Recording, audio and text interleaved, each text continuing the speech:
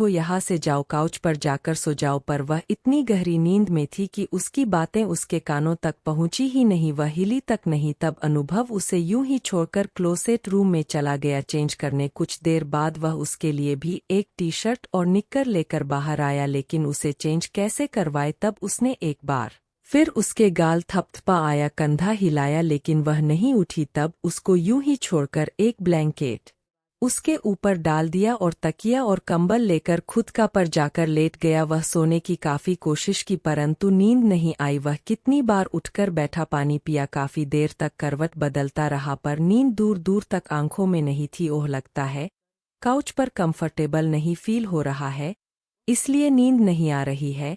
उसने तकिया उठाया और बेड के पास आ गया। यह लड़की तो एक कोने पर सो रही है, मैं दूसरे कोने पर जाकर सो जाता हूँ, मन में सोचते हुए वह एक कोने पर जाकर लेट गया। अभी उसे नींद आ ही रही थी कि तभी अदरका ने पलटी मारी और उसके बेहद करीब आकर एक बाह उसके गर्दन में लपेट दी। अनुभव की नींद झटके में खुल गई। वह उठकर बैठ गया, कलेजा धक धक हो रहा था, मन में एक अजीब सी बेचैनी और हलचल हो रही थी। वह बेड से उठकर खड़ा हो गया और अदरका को कुछ देर तक गौर से देखता रहा, फिर बालकनी में चला गया। काफी देर तक चल चहल कदमी करता रहा, पर नींद तो आने से रही। नींद तो क्या, मन में अभी भी उस लड़की को लेकर अजीब अजीब से ख्याल आ रहे थे। जी आया, जाकर ड्रिंक कर लूं। वह मुरा भी, लेकिन कमरे में सोती अदरका पर नजर गई तो ड्रिंक का ख्याल छोड़ दिया। ओह, यह क्या मुसीबत मोल ले लिया मैंने अपने ही घर में। मैं अपने हिसाब से नहीं रह सकता, लेकिन मुझे यह क्या हो रहा है? मैं खुद को उसके लिए क्यों बदल रहा हूँ? यह लगती कौन है? मेरी कोई नहीं, मेरा घर है। मैं चाहूँ जो करूँ, मुझे ड्रिंक करने का मन है तो करना चाहिए। वह झट से फर्स्ट फ्लोर पर बने बार में गया और एक रम का बोतल उठा लाया। वह ढक्कन खोल अभी मुंह से लगाने लगा कि फिर उसकी नज़र अदरका पर गई और रम को यूं ही छोड़ दिया। फिर कुछ देर तक चहलकदमी करने के बाद वहीं बालकनी में सोफे पर टिक कर बैठ गया और अपनी ही 3 उंगलियों से सर का मसाज करने लगा। और उसी तरह बैठे बैठे ना जाने कब आंख लग गई। इधर राना सीधे अपने कमरे में गया और सो रही पत्नी रक्षा को उठाकर सीधा गन उसके सिर पर लगा दिया। वह हद खुली आंखों से बरबरा आई, क्या हुआ? मुझे क्यों जगा दिया? मेरी नींद उड़ाकर तुम चैन से कैसे सो सकती हो? तुम मेरी पत्नी हो, पर मेरी हितैषी नहीं, मेरी दुश्मन हो। तुमने ऐसा क्यों किया मेरे साथ? तुमने मेरे आदमियों को मारकर उस लड़की को भगा दिया ना? यह तुम क्या बोल रहे हो? मैंने कुछ नहीं किया। और उस लड़की को? किस लड़की को? तुम्हारी उस भतीजी को। अरे, उसे क्यों भगा हंगी? तो फिर वहां पर जो बुलेट मिली वह तुम्हारे गन की थी, वहां पर कैसे पहुंचा? किसके द्वारा? ओह, समझ गया, तुम्हारे भाई की मदद नहीं की इसलिए तुम मेरे पीछे लगे हो। भला मेरा नहीं चाहती हो? देखो, मेरे भाई की मदद नहीं की इसलिए मैं सच में गुस्से में हूं, लेकिन इतना नहीं कि तुम्हारे खिलाफ चली जाऊंगी, उस लड़की की मदद करूं। अगर मुझे पता होता तो तुमसे पहले उसे मार देती। अच्छा, तो फिर तुमने ऐसा नहीं किया तो फिर कौन कर सकता है? कहीं वही तो नहीं जो तुम्हारा दाया हाथ है, सबसे खास है? कौन तुम्हारा मतलब? जय? हाँ जय, मैं आजकल देख रही हूँ पिछले कुछ महीनों से उसमें अचानक बदलाव आ गया है। तुम नोटिस कर रहे हो कि नहीं? यह तो मुझे नहीं पता, पर मैं कर रही हूँ। वह जो काम करता है वह काम सक्सेस नहीं हो पाता, या तो पुलिस को खबर लग जाती है या नहीं तो रहस्यमय तरीके से गायब हो जाती है। नहीं, ऐसा नहीं है, तुम ज्यादा सोच रही हो। वह मेरे खिलाफ जाने की सोच भी नहीं सकता। एक बार खुद पर अविश्वास कर सकता हूँ, लेकिन उस पर नहीं। तुम्हें इतना भरोसा है? ठीक है, पर अपनी आंख और कान खुले रखो और बुद्धि से काम लो। राना वहीं सोफे पर धम से बैठ गया और अपने सिर में हाथ फिरा हुए जय के बारे में सोचने लगा। रक्षा की कई बातें भी दिमाग में बार बार गूंजती रही। यह तो उसे जय पर बहुत भरोसा था, फिर भी अपने कुछ खास आदमियों को बुलाकर उस पर नजर रखने के लिए कहा और यह भी कह दिया कि जय को इस बारे में कुछ पता न चले। इधर अगली सुबह जब अदरका की आंख खुली तो सर कुछ भारी भारी सा लग रहा था, आंखों के आगे अंधेरा सा मालूम पड़ रहा था। कुछ देर तक समझ में नहीं आया वह कहाँ है, किस जगह पर है, कौन लेकर आया, किसके वजह से आई। वह दोनों हाथ से अपना सर पकड़कर याद करने की कोशिश करने लगी और जब याद आया तो झटके में उठ खड़ी हुई तो सबसे पहले खुद के ऊपर ध्यान गया। अरे मैं बाथरूम पहने ही सो रही थी, पर यह मुझे पहनाया कौन और मैं नहाई कब? और मैं कहाँ हूँ, किसके घर में, कौन लाया मुझे? कोई है, कोई है, प्लीज हेल्प मी। कुछ देर तक आवाज लगाने के बाद भी जब कोई जवाब नहीं मिला, कोई नहीं आया, तो वह शांत हो गई और रात की बात याद करने लगी। अरे हाँ, याद आया, रात को वह दोनों गार्ड तो मुझे पकड़ कर ले जा रहे थे, फिर उन्होंने मुझे कुछ पिलाया और मैं गहरी नींद में चली गई। अब समझ में आया यह सारा का सारा क्या धारा उस अनुभव ठाकुर का है, उसी का आदमी था वह। क्या मैं उसी के घर में हूँ या फिर उस किडनैपर के घर में? नहीं, मुझे शांत रहना होगा, चुपचाप मुझे पता करना होगा मैं कहाँ हूँ। फिर खुद को गौर करने लगी, नोटिस करने लगी, कहीं मेरे साथ कुछ गलत तो नहीं हुआ? मेरे कपड़े गए बाथरूम, किसने पहनाया मुझे, और यह अनुभव कहाँ गया? सोच सोचकर उसका सर भारी होने लगा और वह सिर को अपने दोनों हाथों से दबाते हुए वही बेड पर बैठ गई और बातों को समझने और सुलझाने की कोशिश करने लगी। तभी सिर घुमाकर देखा तो बेड पर उसके कपड़े रखा दिखा। वह कपड़ा उठाकर उलट पलट कर देखने लगी। यह उसके साइज का कपड़ा नहीं था, पर फिर भी उसने बाथरूम में जाकर तुरंत चेंज किया। यह ओवरसाइज टी शर्ट था जो काफी लंबी होने के साथ लूज भी बहुत था, बार बार शोल्डर से गिर रहा था। वह कपड़े संभालते हुए धीरे धीरे कमरे में घूमने लगी, पता लगाने लगी आखिर है तो वह है कहाँ। इतना बड़ा घर है, इतने महंगे महंगे झूमर, यह महंगे पेंटिंग्स, पर्दे, शो पीस देखकर तो लग रहा है जरूर यह किसी मिलेनियर बिलेनियर का घर है। पर वह दोनों गार्ड मुझे यहाँ क्यों लेकर आया और अब दोनों में से कोई दिखाई भी नहीं दे रहा है? मैं पूछूं तो किससे पूछूं? उफ, यह बेडरूम भी इतना बड़ा है कि मैं अब तक तो कमरे में ही हूँ, बाहर तो निकली ही नहीं हूँ, पर यह डोर किधर से है?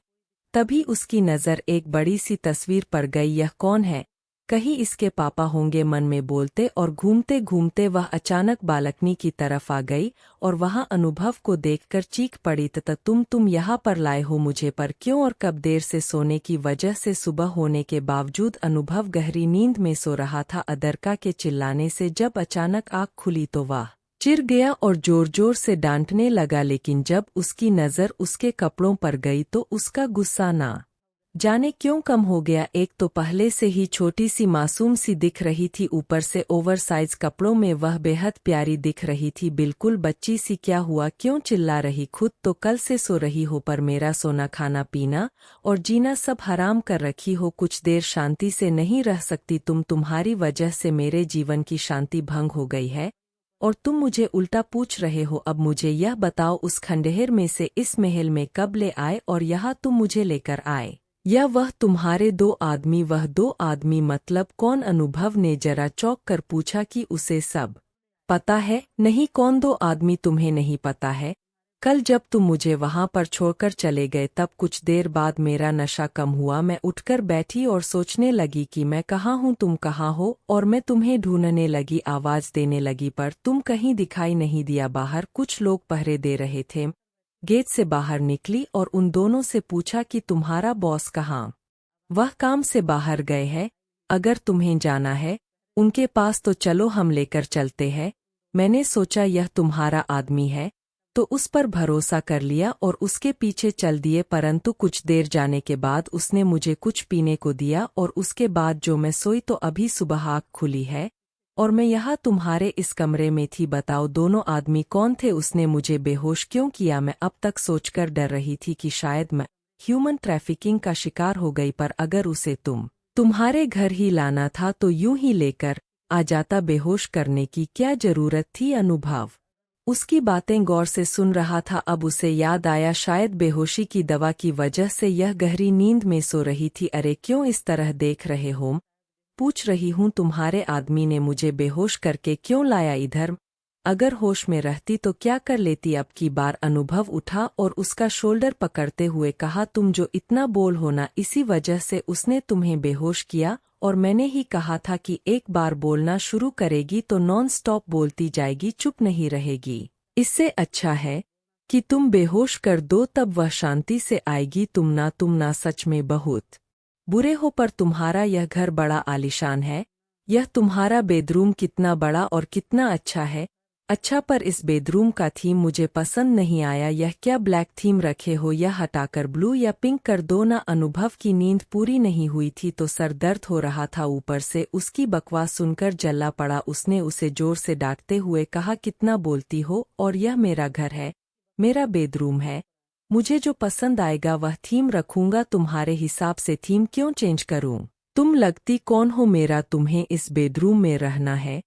नहीं ना तो अपना मुंह बंद रखो वरना अब की बार सच में थप्पड़ मार दूंगा। ओफ हो, क्या तुम भी हमेशा मरने और मारने की बात करते रहते हो यार? कल से सुन सुनकर पक गई हूं और यह गदर भव कि मुझे नहीं अपने आदमियों को देना। डरती नहीं तुम्हारे इस धमकियों से। और रही इस बेडरूम में रहने की बात, तो कौन नहीं रहना चाहेगी, पर हाँ अगर तुम चाहो तब। अनुभव फिर कुछ बोलने को हुआ लेकिन उससे पहले ही वह बोली, चलो मुझ मुँह बहुत जोरों की भूख लगी है, कुछ खाने को है तो दे दो या नहीं? तो अपने नौकर से कहो कुछ बना दे मेरे लिए। और हाँ, इस बार बुलेट मत निकालना, सच में बहुत भूख लगी है। अनुभव सिर पर हाथ रख लाचारी से उसे देख रहा था। कल से कुछ खा ही नहीं है, कितनी भूखी होगी इसका अंदाजा मैं लगा सकता हूँ, पर फिर भी इतना बोल रही है। खाना खा लेगी तो कितना बोलेगी? अनुभव को यह घूरता देखकर उसने चुटकी बजाते हुए कहा, बार बार तुम क्या सोचने लगते हो? तुम्हारे घर में कोई नहीं रहता है, नौकर चाकर कोई नहीं, रसोइया भी नहीं, तो खाना क्या तुम खुद बनाते हो? तो चलो मेरे लिए भी कुछ बना दो। अगर तुम नहीं बनाओगे तो मुझे रसोई दिखा दो, मैं खुद बना लेती हूँ। इस बार ना चाहते हुए अनुभव ने उसके बालों को हले से अपने मुट्ठी में भर लिया। देखो, मेरे पेशेंस की परीक्षा मत लो, मैं किसी का इतना नखरा आज तक नहीं झेला हूँ, ना जेल हूँ। झेलना तो दूर, मेरे सामने जबान खोलने वालों को मैं सीधा काट कर देता हूँ। तुम्हें जिंदा छोड़ दिया तो उसका एहसान मानो, फायदा मत उठाओ। अगर भूख लगी है तो कमरे से बाहर निकलो और रसोई में जाकर कुछ बना लो। बोलकर अनुभव ने उसका बाल छोड़ दिया, पर उस लड़की ने बेहद नरमी से कहा, तो इतनी सी बात तो तुम आराम से भी तो बोल सकते थे ना, यूं इस तरह मेरा बाल पकड़कर बोलने की क्या जरूरत थी? देखो तो कितने बाल टूट गए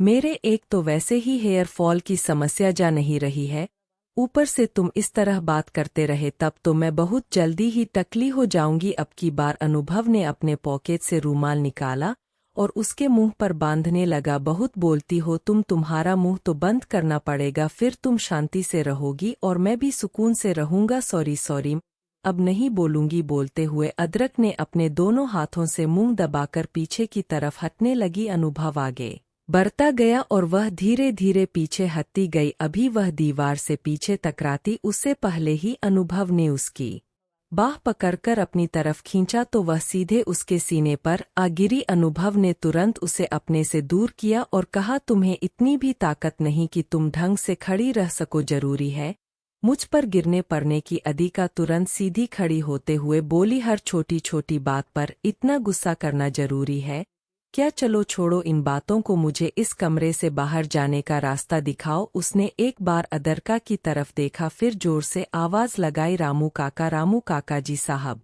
इसे रसोई दिखा दीजिए और यह जो भी कहे वह बना दीजिए। अगर आपको नहीं बनाने आएगा तो कोई बात नहीं, यह खुद बना लेगी। जी साहब जी, चलिए आइए मेम साहब। वह लड़की रामू काका के पीछे रसोई की तरफ चली और अनुभव फ्रेश होने चला। अदरका जब कमरे से बाहर निकल रसोई की तरफ गई तो घर में चारों तरफ नजर दोहराते गई। बहुत बड़ा महल जैसे घर था जिसका हर एक कोना कोना बेहद सुसज्जित तरीके से सजाया हुआ था, पर एक बात उसे थोड़ी खटक रही थी, वह यह कि घर में सी और सिर्फ काम करने वाले नौकर आदमी ही थे, औरत एक भी नहीं थी। यह देखकर अदरका को थोड़ा आश्चर्य हुआ, पर तभी वह चुप रही और चुपचाप रसोई में चली गई। बोलिए मैम साहब, आपको क्या खाना है?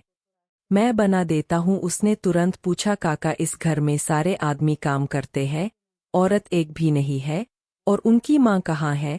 उधर बेडरूम में मैंने एक फोटो देखा जो शायद उनके पिता हो, वहाँ माँ का फोटो नहीं है। मतलब वह जिंदा है? अगर वह जिंदा है तो किधर है? रामू काका ने इधर उधर देखा और मुंह पर उंगली रख चुप रहने का इशारा किया। यह सब छोड़ो मेम साहब, आप यह बोलिए क्या खाएंगे? पास्ता खाऊंगी, आपको बनाने आता है? अगर नहीं तो हटिए, मैं खुद बना लूंगी, मुझे बनाने आता है, मैं बना देता हूँ। आप बाहर बैठिए, पर हाँ किसी से भी कुछ पूछेगा मत काका। आप टेंशन मत लीजिए, मैं किसी से नहीं कुछ पूछूंगी और आप हटिए, मैं खुद फटाफट बना लेती हूँ, आप बस सब्जियां चॉप करिए। पास्ता बनाते बनाते उसने एक बार फिर पूछा, क्या बात है अंकल, उनके घर में एक भी औरतें क्यों नहीं, और यह आपका बॉस अनुभव अकेला ही है? उनके माँ बाप नहीं है? तो क्या कोई रिश्तेदार भी नहीं है? रामू काका ने इधर उधर देखा, फिर धीरे से कहा, साहब को कोई भी औरतें या लड़कियां पसंद ही नहीं, उन्हें घर में लाना तो दूर, उनकी परछाई भी उन्हें पसंद नहीं है, उससे दूर भागते हैं। इसलिए तो उनके कामकाज से लेकर जीवन में आज तक एक भी लड़कियां नहीं है। मैं और मेरी पत्नी तब से यहाँ काम कर रहे हैं जब यह साहब पैदा हुए थे। इस घर में काम करने वाली आखिरी औरत मेरी पत्नी ही थी। मेरी पत्नी के गुजरने के बाद और इनकी मां के जाने के बाद मैंने कितनी बार कहा इन्हें अपना घर बसा लेने के लिए, लेकिन यह साहब तैयार नहीं हुए, बहुत नाराज हो जाते हैं। तब मैंने भी बोलना बंद कर दिया। फिर मुझे क्यों लेकर आ गया तो वही तो नहीं पता। आप पहली लड़की है जिन्हें यह घर तक ले आए हैं, और इतना ही नहीं, इतने अदब से पेश आ रहे हैं, और यह हम सबके लिए बहुत आश्चर्य की बात है। ऐसा क्यों है? कुछ तो बात होगी जिस वजह से उनके मन में यह नफरत पैदा हो गई है। यह तो मुझे नहीं पता, और अब इसके आगे मैं कुछ नहीं बता पाऊंगा, नहीं तो मेरी खैर नहीं। तभी रामू काका की आवाज कानों में पड़ी, काका मेरी कॉफी लेकर आइए। लेकर आया साहब। रामू काका तुरंत उनके लिए कॉफी लेकर जाने लगा, लेकिन अदरका ने रोक लिया, आप रहने दीजिए, मैं लेकर जाती हूँ। नहीं नहीं, आप मत जाइए, इतना इंटरफेयर बर्दाश्त नहीं करेंगे, आप इस घर में है, सही सलामत है, वही बहुत बड़ी बात है। लेकिन वह नहीं मानी और कॉफी लेकर उसके कमरे की तरफ बढ़ गई। उसके आगे बढ़ते ही रामू काका की घबराहट बढ़ गई और उन्हें वह दिन याद आ गया जब अनुभव ने अपनी मां की सभी तस्वीरें, सारी यादों को एक एक कर जला दिया, पानी में प्रवाह कर दिया और जोर जोर से चिल्लाकर बोलने लगा, आई हेट यू, नफरत है मुझे आपसे, और आज के बाद मेरी लाइफ में, मेरे घर में कभी किसी लड़कियों की एंट्री नहीं होगी। राणा अभी भी रक्षा की कई बातें सोच रहा था, उसी उधेर बन में था। तभी रक्षा बोली, यह सब छोड़िए, पहले मेरी बेटी को फोन कीजिए, वह कहाँ पर है, सुरक्षित है कि नहीं? अरे वह मेरी बेटी है, ऐसे कैसे सुरक्षित रहेगी? वह ऐसी जगह है जहाँ अनुभव की परछाई भी दूर दूर तक नहीं पहुँच सकती, लेकिन वह है कहाँ, यह तो बताइए। वह लंदन में मेरे एक दोस्त के घर है। ठीक है, हमसे बात करवाइए, जब से गई है तब से बात नहीं हुई है। उन्होंने तुरंत अमायरा को फोन लगाया तो वह एक पब में अपने दोस्तों के साथ पार्टी कर रही थे। एक बार में फोन नहीं उठाया, फिर दोबारा रिंग बजा तो जैसे ही रक्षा ने हेलो कहा तो उसने नशीली आवाज में जवाब दिया, यस मम बोलो। रक्षा ने चिंता जाहिर करते हुए कहा, बेटा इतना ड्रिंक करना ठीक नहीं, दूसरों को डराने वाली मेरी मॉम कब से डरने लगी। बेटा यह डर नहीं, तुम्हारी फिक्र है जो हर माँ को होती है। अपने बच्चों के लिए इतना फिक्र करना बंद कर दीजिए, अब बच्ची नहीं रही। ड्रिंक की बात सुनकर राणा ने तुरंत फोन लिया, बेटा अपना ध्यान रखना, पापा आप मेरी चिंता मत कीजिए, मैं अपना बखूबी ध्यान रखती हूँ, आप अपना और खासकर अपनी प्रॉपर्टी का ध्यान रखिए। कैसे 20 साल की लड़की आपके नाक के नीचे से पेपर बदल लिया और आपको पता तक नहीं चला। पापा मैं तो कहती हूँ अब आप आराम कीजिए, और सब मैं देखती हूँ, आखिर आपका उत्तराधिकारी मैं ही तो हूँ। फिर देखिए कैसे सबको उंगलियों पर नचाती हूँ, और उस अनुभव को वह तो मेरे जूतियां पर नाक रगड़ेगा। बेटा तुम ऐसा कुछ नहीं करोगी, वह तुम्हारे पीछे लगा है, तुम्हारा किडनैप कर मुझे ब्लैकमेल करना चाहता है, झुकाना चाहता है, और अपनी मकसद पूरी करने के लिए कुछ भी कर सकता है, तो किसी भी हद तक जा सकता है। इसलिए फिलहाल इंडिया लौटना मत, तो तुम अपने बारे में सोचो, उसके लिए मैं ही काफी हूँ। Okay dad. उसके फोन रखते ही दोस्तों ने कहा, अबे तेरे डैड ने कहा इंडिया लौटना नहीं, लेकिन तू तो ऑलरेडी इंडिया में है, तो पापा को बताया क्यों नहीं? अरे क्यों बताओ, फालतू का कंसर्न दिखाएंगे। अरे तुम्हारे पापा को भी कंसर्न होता है। अरे वो अनुभव मेरे पीछे लगा है, पता है, वह मेरा किडनैप करना चाहता था, लेकिन मेरी बहन का कर लिया, काश वह मेरा कर लिया होता। पता है, जब से मैंने उस अनुभव को देखा है तब से दिल में एक उथल पुथल सी मची है। मैं उसके पीछे पड़ गई हूँ, उसी के लिए तो इंडिया लौटी हूँ। बड़ा ही हॉट बंदा है, यार अब देखो मैं अपने चाल कैसे चलती हूँ, कैसे अनुभव को अपने जाल में फंसा हूँ, फिर सारी प्रॉपर्टी के साथ वह हैंडसम बंदा भी मेरा होगा। मन में बोलते हुए वह फिर से एक ड्रिंक लेकर थिरकने लगी। इधर अदर का कॉफी मग लिए अनुभव के कमरे में गई तो देखा अनुभव खाकी कलर का निकर पहने पैर फैलाए बेड पर लैपटॉप लिए बैठा था। उसका पूरा बदन यूं ही खुला हुआ था, कुछ नहीं पहना था उसने। अदरका ने जब उसे देखा तो दरवाजे पर ठिठक गई और उसे गौर से देखने लगी। वाह क्या बॉडी बनाई है, क्या डोले सोले है।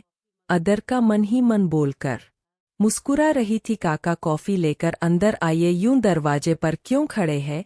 मेरे कमरे में आने के लिए आपको परमिशन की जरूरत नहीं है। अनुभव ने लैपटॉप में आंख गराए ही कहा। सुनकर अदरका ख्यालों से बाहर आई और बोली, अरे काका नहीं मैं हूँ। उसकी आवाज कानों में पड़ी तो अनुभव ने झट से उसकी तरफ देखा और तुरंत लैपटॉप रख बेड से उतरकर खड़ा हो गया और शर्ट पहनने लगा। क्या स्टूपिड लड़की हो तुम, नॉक नहीं कर सकती थी? यूं इस तरह दरवाजे पर खड़ी होकर किसे देख रही थी? तुम्हें वहां ठां सच्ची बोल रही हूं मैं, तुम्हें ही देख रही थी। क्या बॉडी बनाई है यार तुमने, यह डोले सोले यह हेबसुफ खुले बदन में तो बड़े कातिल दिखते हो तुम। Shut up, just shut up. इस तरह बात करते हुए शर्म नहीं आती है तुम्हें? इतनी भी छोटी बच्ची नहीं हो, 2021 साल के आसपास उम्र है, थोड़ा भी मैनर्स नहीं है, समझ नहीं है। इस तरह किसी गैर मर्द को नहीं देखते, इस तरह बात नहीं करते। और इस कमरे में तुम क्यों आई हो? और भी कितने कमरे खाली है, जाकर रहो वहां, यहाँ आने की जरूरत नहीं। अरे तो इस मेरी गलती नहीं, तुम्हारी गलती है।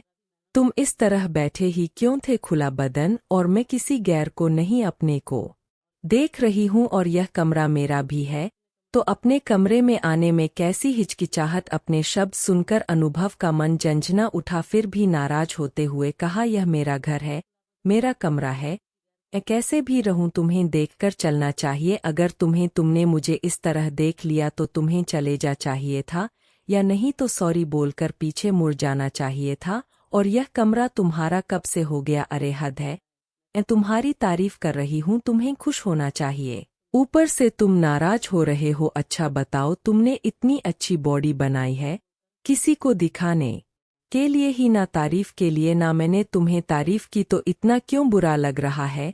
तुम्हें अच्छा समझ गई, जिसे तुम पसंद करते हो उसे तारीफ सुनना चाहते हो। वैसे बताओ ना कौन है वह लकी गर्ल? अनुभव ने अंगारों जैसी आंखें लाल कर उसे घूर कर देखा। अच्छा ठीक है, नहीं बताना है तो मत बताओ, मुझे जानने में इंटरेस्ट भी नहीं है।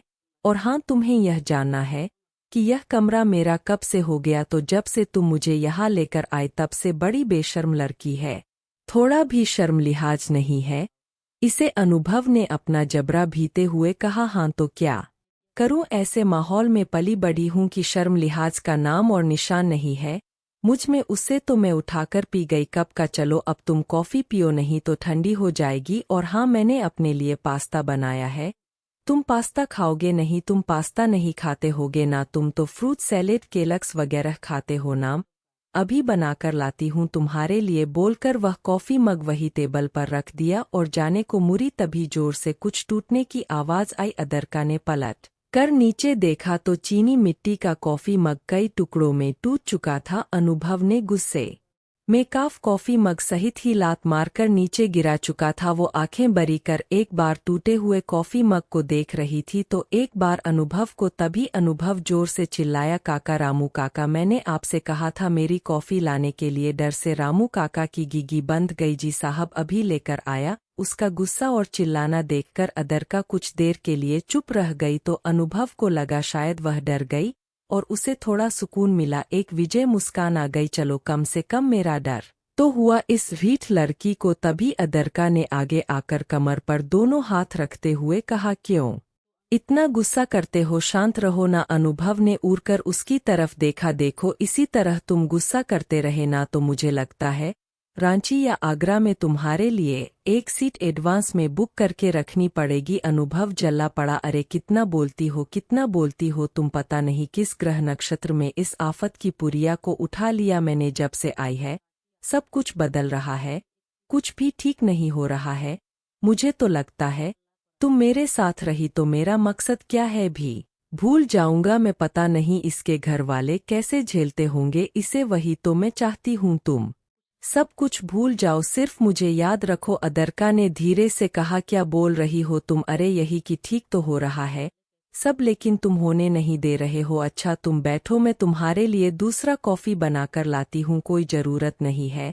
फिर भी वह जाने लगी, तभी रामू काका कॉफी लिए कमरे में आ गए। डर उसके चेहरे पर साफ दिख रहे थे। काका आपको मेरा रूटीन और रूल रेगुलेशन पता नहीं? आपको पता है साहब जी, तो फिर आपको जो काम कहूँ, जो चीज मांगू तो आप ही लाकर दीजिए, किसी और के हाथ मत भेजिए, या नहीं तो फिर अपना इंतजाम कर लीजिए साहब, आगे से यह गलती नहीं होगी। रामू काका ने अपना सिर नीचे कर कहा, अच्छा जाइए इधर। अदरका रूम से बाहर जाने लगी तो अनुभव ने उसकी कलाई पर कर खींच लिया, कहाँ जा रही हो? इतना महंगा मग तोड़ दिया, उसका फाइन कौन भरेगा और इसे साफ कौन करेगा? अदरका रोनी सी सूरत बनाकर अपना सर खुजाने लगी, देखो पैसे तो नहीं है मेरे पास, लेकिन हाँ एक काम करती हूँ, मैं तुम्हारे घर में काम करना शुरू कर देती हूँ, मुझे भी एक एम्प्लॉय के तौर पर रख लो ना, या नहीं तो मैं तुम्हारा कुक बन जाती हूँ, तुम्हारे लिए अच्छा अच्छा खाना बनाऊंगी। फिर देखना तो तुम जो ये हमेशा हाई पर रहते हो ना, कैसे काम और कूल डाउन हो जाओगे। मेरे हाथों बने हुए खाना खाकर कोई जरूरत नहीं है यह काम करने की, तुम्हारे साथ रहकर तुम्हारे हाथों का खाना खाकर पागल हो जाऊंगा मैं। पागल समझी, पर अदरका को कोई फर्क नहीं पड़ा। वह मुस्कुराते हुए कमरे से बाहर निकलने लगी, तभी कोने पर रखा एक फ्लावर वास उसके हाथ से लगकर नीचे गिरने लगा। वो जरा घबरा गई और कैच करने लगी, लेकिन उससे पहले ही अनुभव ने फुर्ती से कैच कर लिया और उसे डपट हुए कहा, आँख है ना तो देखकर चला करो ना। हाँ मैं देखकर ही चल रही थी, यह फ्लावर वास गलत जगह पर रखा है बोलकर वह फिर से भागने लगी। अरे रुको, इसे कौन साफ करेगा? नौकर? और कौन नौकर? नहीं तुम करोगी, चलो करो चुपचाप। अदरका वापस मुड़ी और जमीन पर बैठकर हाथों से एक एक टुकड़ा उठाने लगी, तभी एक टुकड़ा उसके पैर में चुभ गया और खून निकल आया। अदरका के मुंह से जोर की आह निकल गई। अनुभव ने दाएं बाएं अपना सिर हिलाते हुए तुरंत उसे गोद में उठाकर बेड पर रख दिया, फिर नौकर को बुलाकर उसे साफ करने को कहा और खुद फर्स्ट एड बॉक्स लाकर उसकी मरहम पट्टी करने लगा। उसने जैसे ही उसके तलवे को छुआ तो उसे गुदगुदी हुई, उसने हंसते हुए अपना पैर खींच लिया। अनुभव ने उसके पैर को वापस पकड़ते हुए कहा, यह क्या कर रही हो? पैर क्यों खींच रही हो? भरम पट्टी कर देता हूँ, आराम मिलेगा। और यूं हंस क्यों रही हो? पागल हो गई हो क्या? अरे गुदगुदी हो रही है बोलकर फिर से पैर खींचने लगी। तब अनुभव ने उसके पैर को अपने पैरों के नीचे दबा दिया और तब उसके पैर की मरहम पट्टी करने लगा। अदरका उसी गौर से देख रही थी। अपनी आंखें बंद करो, मुझे इस तरह घरो मत। क्यों? मेरे घूरने से तुम्हें कुछ होता है? हाँ होता है। क्या होता है बताना जरा। अनुभव ने तुरंत गन उसके सिर पर पॉइंट किया और बोला, यह ट्रिगर दबा देने का मन होता है। अदरका ने बेहद कूल होते हुए कहा, चलो हटाओ इस खिलौने को, और तुम वाकई बुरे नहीं हो तो फिर जानबूझकर यह बुरे बनने की, ऐसा खुखार बनने की क्या जरूरत है? तुम्हें किसी से दुश्मनी है क्या? किसी से बदला लेना है क्या? क्या वजह है? तुम्हें कैसे पता कि मैं बुरा नहीं हूँ? अरे अभी तुम खुद ही देखो ना, मुझे छोटा सा घाव लगा, हल्का सा ब्लर निकला और तुम देख नहीं सके। मेरी केयर करने लगे, मरहम पट्टी करने लगे, फिर तुम किसी की जान कैसे ले सकते हो? अब अनुभव को होश आया, सच में इस लड़की को घाव लगा तो मुझे क्यों फर्क पड़ा? मैं क्यों उसकी मरपट्टी करने लगा? मन में बोलते हुए वह उठ खड़ा हुआ और बोला, तुम्हारी जान बती ना, इसलिए तुम्हें यकीन नहीं हो रहा है? वैसे राना को कैसे जानती हो? कौन लगता है? वह तुम्हारा चाचा लगते है। मेरे मतलब चाचा है।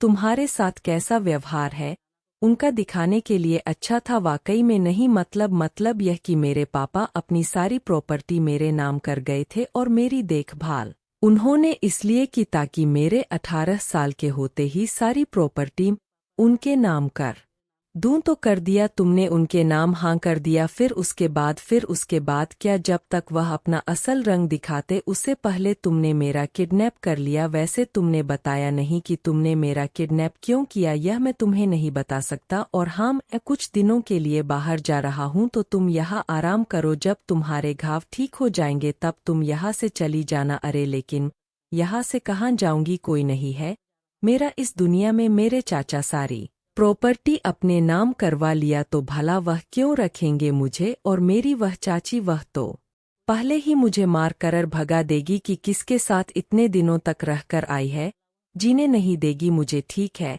कुछ इंतजाम करता हूँ, पर तुम यहाँ से निकलना मत। अरे लेकिन मैं तब तक पहनूंगी क्या, मेरे लिए कपड़े तो ला दो, या नहीं तो मुझे ले चलो, खुद कर लूंगी। मैंने कहा ना, तुम्हें बाहर जाने की जरूरत नहीं, मतलब जरूरत नहीं, आ जाएगा तुम्हारे लिए कपड़े भी, बोलकर अनुभव चला गया और वह आंख बंद कर लेट गई। वह अनुभव के ख्यालों में खोई हुई थी। अनुभव ही निकलने लगा तो एक बार उस लड़की को देखने के लिए मुरा आंखें बंद कर लेटी अदर का बेहद यारी दिख रही थी। अनुभव ना चाहते हुए भी कुछ पल तक उसे यूं ही दिखता रहा, कितनी प्यारी दिख रही है, मुझे तो यूं लड़कियां से नफरत है, पर ना जाने तुम्हें देखकर मुझे बेहद खुशी मिलती है, एक सुकून सा मिलता है, लगता है तुम असर कर रही हो मुझ पर, परंतु मैं यह होने नहीं दूंगा। अदरका को जब फील हुआ कि कोई उसे घूर रहा है तो वह आँख खोलने को हुई, लेकिन उससे पहले ही अनुभव वहां से निकल गया और घर के सभी नौकरों के साथ रामू काका को भी अच्छे से हिदायत दी कि उस लड़की को देखभाल करना और रे से बाहर कहीं ना जाए, किसी भी कीमत पर नहीं। अगर वह जिद करे तो बाहर से लॉक कर देना। साहब आप निश्चिंत रहिए, मैं यही हूँ। अनुभव निकला और जाते जाते राजन को कॉल कर दिया, फिर कुछ कपड़े उस लड़की के लिए ला दो, और हाँ नजर रखना वह घर से बाहर ना जाए। जी भाई आप निश्चिंत रहिए। इधर ना का आदमी ने जय पर नजर रखना शुरू किया। करीब 2 दिन बाद जिन सबको कहा था वह सब राना के पास आए। भाई हमें कहीं कोई शक नहीं लगा, वह आपका सच्चा आदमी है, एकदम प्योर, लेकिन हाँ उसने हमारे ग्रुप के एक आदमी को मार दिया। क्यों मार दिया पता नहीं, कुछ बातें हुई और तुरंत उसे गोलियों से भून दिया। राना का माथा ठनका, उसे जरूर कुछ पता लग गया होगा इसलिए उसे मार दिया। वह सोच ही रहा था कि तभी जय का फोन आ गया। तुरंत खुद को सामान मान्य करते हुए कहा, हाँ बोलो जय भाई, मैंने उस हथियार के बारे में पता लगाया, वह ना तो पुलिस के हाथ लगी है और ना ही अनुभव के। तो फिर क्या हुआ, कहीं ऐसा तो नहीं भाई कि कोई तीसरा आ गया है हमारे बीच और उसके हाथ लग गया? वो ठीक है, तुम रुको, मैं अपने तरीके से पता लगाता हूँ। वैसे मैं क्या सोच रहा था, तुम कुछ दिन अपने परिवार के साथ समय बिताओ ना भाई, लगता है ड्रिंक ज्यादा हो गया है, आपको पता ना मेरा कोई नहीं इस दुनिया में आपके अलावा, आप मेरा सब कुछ हो, फिर भी क्यों मजाक उड़ा रहे हो? जय तुम बुरा मत मानो, मेरा मतलब था कि तुम भी कोई लड़की देखकर अपना परिवार बसा लो। भाई मेरे माँ बाप रिश्ते नाते सब आप ही है और किसी परिवार की जरूरत नहीं। मुझे सुनकर राना को सुकून मिला। वैसे कुछ पता चला अनुभव ने उस लड़की के साथ क्या किया, उसे मार दिया या जिंदा है? अब वही पता करूंगा भाई, बात कहूँ हाँ कहो। मुझे ऐसा क्यों लग रहा है कि अपने कुछ आदमी मुझ पर शक कर रहे हैं, उन्हें ऐसा लग रहा है कि मैं बदल गया हूँ। तुम उसकी चिंता मत करो, अपना काम करते रहो, बाकी मैं देखता हूँ। जी भाई, पर आपसे कुछ बात करनी है।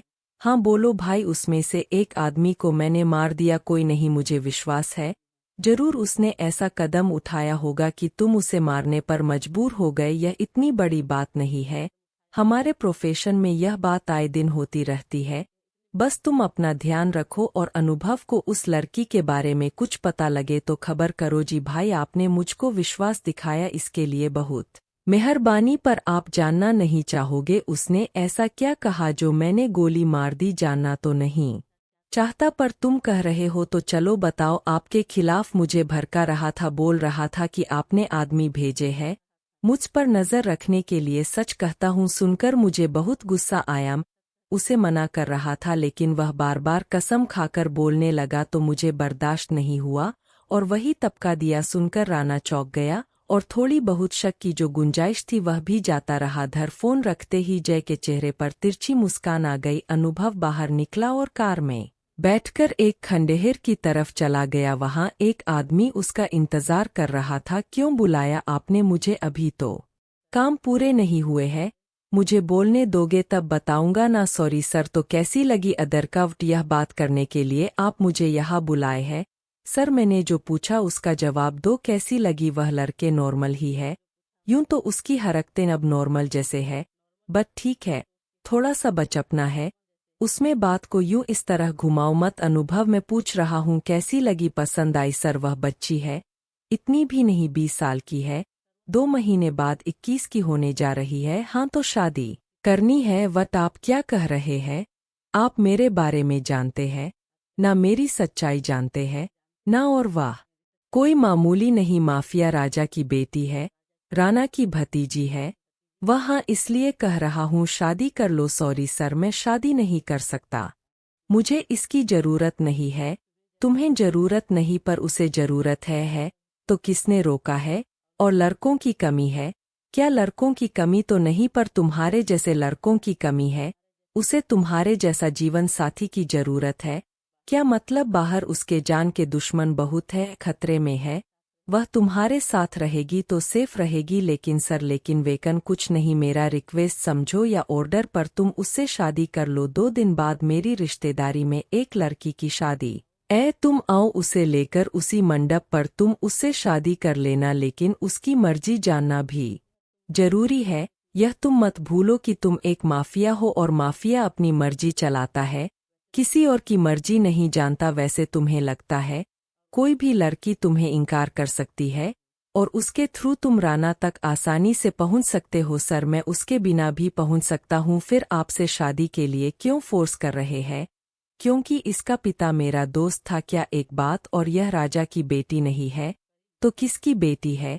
करीब 20 साल पहले राजा मुंबई का एक जाना माना माफिया था। उसकी तूती बोलती थी यहाँ पर, अपने एक इशारे पर वह जो चाहे कर लेता था। एक बार वह किसी काम से शहर से बाहर जा रहे थे। उनकी पत्नी मां बनने वाली थी। वह रोक रही थी कि मुझे आपके साथ की जरूरत है, पर वह नहीं माना और निकल गया यह कहकर कि जरूरी काम है और मैं बहुत जल्द लौट कर आ रहा हूँ। 2 हफ्ते बाद जब वह लौट रहे थे, अचानक उन तक मैसेज पहुंचा कि उनकी पत्नी राविया की तबीयत अचानक बिगड़ गई है। समय से पहले लेबर पेन स्टार्ट हो गया है। वह अस्पताल में भर्ती है।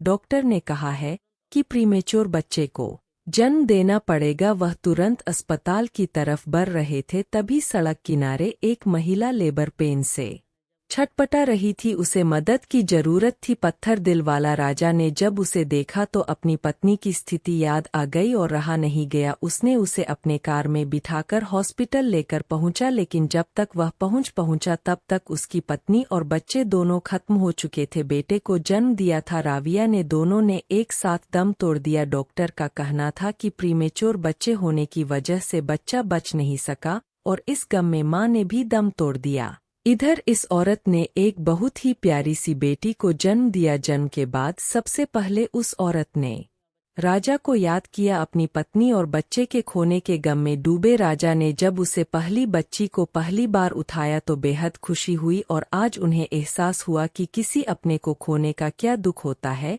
और मारने से ज्यादा किसी एक की जान बचाने में कितनी खुशी मिलती है। बच्चे को गोद में उठाकर उसे बेहद सुकून मिला और उसी दिन उसने प्रण कर लिया कि आज के बाद यह सब धीरे धीरे छोड़ देगा, एक सामान्य जिंदगी जिएगा। धर उनका छोटा भाई राणा, वह तो कब से भाई की जगह हथियाने के फिराक में था। उसने राजा की बात सुनी तो बेहद सुकून मिला और उसी दिन से भाई को अपने रास्ते से हटाने के बारे में सोचने लगा। इधर इस औरत का कोई नहीं था, पति कुछ महीने पहले ही मर गए थे तो ससुराल वालों ने घर से निकाल दिया। तब राजा ने एक कमरा रहने को दिया और उसका खर्चा पानी देना शुरू किया। बच्ची धीरे धीरे बढ़ने लगी, लेकिन कुछ महीनों बाद उस औरत को कोई भयानक बीमारी लग गई और धीरे धीरे मौत के मुंह में जाने लगी। अंतिम समय में उसने राजा के सामने हाथ जोड़ लिया, अपनी बेटी समझकर इसे पाल लीजिएगा या नहीं तो किसी अनाथ आश्रम में दे दीजिएगा। जा रही हूँ अब और कोई नहीं है दुनिया में आपके अलावा जिससे मैं यह जिम्मेदारी सौंप। तब राजा उस बच्ची को अपने घर ले आए। राणा और उसकी पत्नी की आंखों में वह लड़की खटक लगी, क्योंकि राजा ने उसे अपने बेटी मान लिया था और अब एक हिस्सेदार थी, इसलिए दोनों को अपने रास्ते से हटाने के फिराक में जुट गया था। लेकिन यह बात राजा को पता चल गई। वह चाहता तो एक क्षण में राणा को खत्म कर सकता था, लेकिन अब वो इसमें लौटना नहीं चाहता था, इसलिए उसने चुपके से सारी प्रॉपर्टी इसके नाम कर दिया। इस बात की भनक राणा को लग गई तो उसे गुस्से में वह खोल गया और मौका देखकर उसने भाई का मर्डर कर दिया। मरते समय उसने बताया, तुम्हारे बीवी बच्चे को मैंने मारा, मैंने ही उसे लेबर पेन होने वाली दवाई दे दी जिससे उसे समय से पहले दर्द शुरू हो गया। और उसी के असर की वजह से दोनों की मौत हो गई। इधर लड़की को मजबूरन जिंदा रखना पड़ा, झूठा ही सही पर प्यार दिखाना पड़ा। वह उसके 18 साल के होने का इंतजार करने लगा। जब वह 18 साल की हो गई तो सारी प्रॉपर्टी उसने अपने नाम करवा लिया, पर इसमें भी एक समस्या आ गई। क्या किसी ने चालाकी कर दी? प्रॉपर्टी राना के नाम नहीं हुई, इसी लड़की के नाम है, और जो उससे शादी करेगा उसकी आधी प्रॉपर्टी का मालिक होगा। तो आप मुझे इससे शादी करने क्यों बोल रहे हैं? मुझे प्रॉपर्टी नहीं चाहिए। राना मेरा दुश्मन है क्योंकि उसने मेरे पिता को मारा है। मैं सब बताऊंगा फिर कभी, फिलहाल जाओ, उसका ध्यान रखो। इधर अदरका कमरे से बाहर निकली और रामू काका के साथ काम में हाथ बटा लगी। काका मना करते रहे लेकिन वह नहीं मानी। काम करते करते उसने पूछ लिया, काका बताइए ना, अनुभव कैसा आदमी है? वह तो बुरा नहीं लग रहा है। वाह, फिर ऐसे बुरा क्यों बनने की कोशिश कर रहा है? रामू काका बताने से इनकार करने लगे। देखिए, आप सब जानते हैं क्योंकि सबसे पुराने इस घर में काम करने वाले आप ही हैं, तो प्लीज बताइए। रामू काका ने अब की बार इधर-उधर देखा और बताना अगर आपको वीडियो पसंद आए तो लाइक और सब्सक्राइब करना न भूलें। धन्यवाद।